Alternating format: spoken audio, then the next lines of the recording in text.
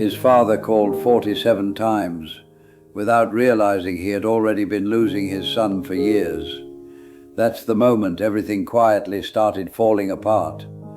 Not with an argument, not with anger, but with emotional distance neither of them named, until it was too late. Today's story comes from a viewer who shared something deeply personal about a father in his late 70s, a man who spent his whole life believing he had done everything right until the day his son stopped reaching back. And the strange part, he didn't even notice what was disappearing until it was already gone. He began with a sentence that felt simple, but carried a lifetime inside it. I always thought I was a good father because my son never lacked anything I could provide. But as he would later understand, providing a life is not the same as sharing one. In his younger years, he was a hard-working man, quiet, disciplined, always tired, but proud of it. He worked long hours, double shifts when needed. He believed responsibility was the purest form of love. And to be fair, he did love his son, just not in the way his son needed most. There were small moments he never talked about, but never truly forgot either. Coming home late at night and standing by his son's bedroom door just to watch him sleep. Sitting quietly at school events, always arriving late, always choosing the back row so he wouldn't disturb anything.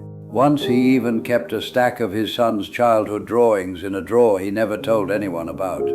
Little sketches of family, a house, a park, 2 stick figures holding hands. He never threw them away. He just never opened that drawer often. Because in his mind, love didn't need to be spoken. It just needed to be worked for. But children don't experience unspoken love the same way. They only feel what is present. And presence was the thing he kept postponing. I'll spend more time after this project. Next weekend I'll take him out. When things settle down. But life never really settles down. It only keeps moving forward. And slowly, without any clear breaking point, the space between them began to grow. His son used to call every Sunday. That was their rhythm. Sometimes short conversations. Sometimes laughter. Sometimes just checking in. But over time, Sundays became every 2 weeks. Then once a month. Then only when something was needed. And the father told himself the familiar lie. He's growing up. He's busy. But deep down, he felt it. The conversations didn't warm him anymore the way they used to. Something had shifted. Something he couldn't name. Then one day, the calls stopped. Not all at once. Just slowly fading until the absence started to feel normal. And that was the most dangerous part. Because people don't notice loss when it arrives quietly. The turning point came on an ordinary evening. The father was sitting in his chair, half watching a television he wasn't really interested in. His phone rang, once, then again. He looked down, his son's name. For a moment, something softened inside him. He reached for it, but hesitated just long enough for the call to end. He stared at the screen. A small moment. Nothing dramatic, just a missed call. He called back immediately. No answer. He waited. Tried again. Still nothing. He sent a message. I saw your call. Call me when you're free. Then leaned back, thinking nothing of it. Not yet. By the 3rd day, something had changed. Or maybe it had always been changing, and he just hadn't noticed. There was unease now. Not panic, not fear. Just a quiet discomfort he couldn't place. He started calling more often. Morning, evening, night. Still nothing. And slowly, he stopped telling himself the old excuses. Something didn't feel right anymore. On the 4th day, he reached a number he didn't recognize. A colleague of his son. There was a pause on the line before the man spoke carefully. I thought you already knew. The father didn't respond. He couldn't. His grip tightened on the phone. And then came the words that changed everything. Your son was in an accident.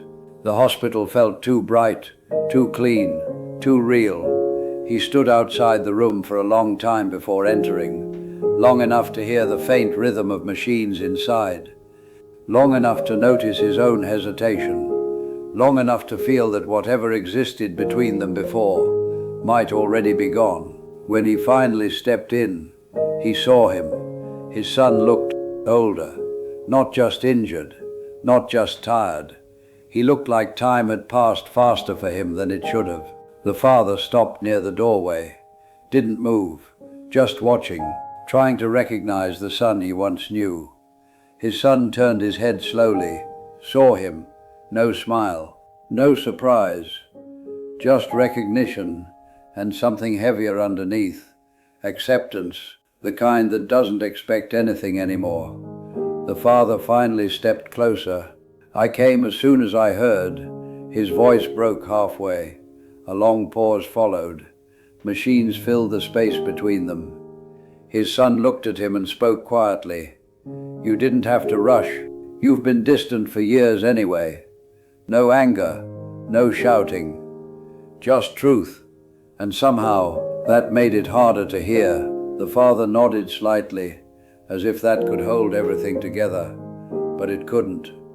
He sat beside the bed for hours, sometimes speaking, sometimes not, trying to explain years in sentences that were too small to carry them. At one point, he reached for his son's hand. His son didn't pull away, but he didn't hold on either. That difference said everything. The days in hospital blurred together. Recovery came slowly, but something else didn't recover. The closeness, the ease, the warmth. It didn't return with health. It stayed gone. Phone calls resumed eventually, but they were different now. Short, controlled, careful. No long conversations, no comfort, just updates, just necessity. One evening, the father finally asked, "Have I lost you?" There was a long pause, not empty, just full. Then his son replied, "I don't know how to come back to someone who wasn't really there when I needed him." After that, nothing needed to be said again. Some truths closed doors quietly. Years passed. The son moved away. Calls stopped. Not suddenly, just naturally fading, like something that no longer had reason to continue. The father grew older in a quiet house, with a quiet phone, and memories that didn't stay in the past anymore. They lived with him every day. In his final reflection he wrote, "I thought I was a good father because I gave my son everything he needed." Then he paused and added, "But I wasn't one of those things." At the end he left one final line, "I still keep my phone beside me every night, even though it almost never rings anymore." A man still waiting, even though deep down he already knows the call may never come.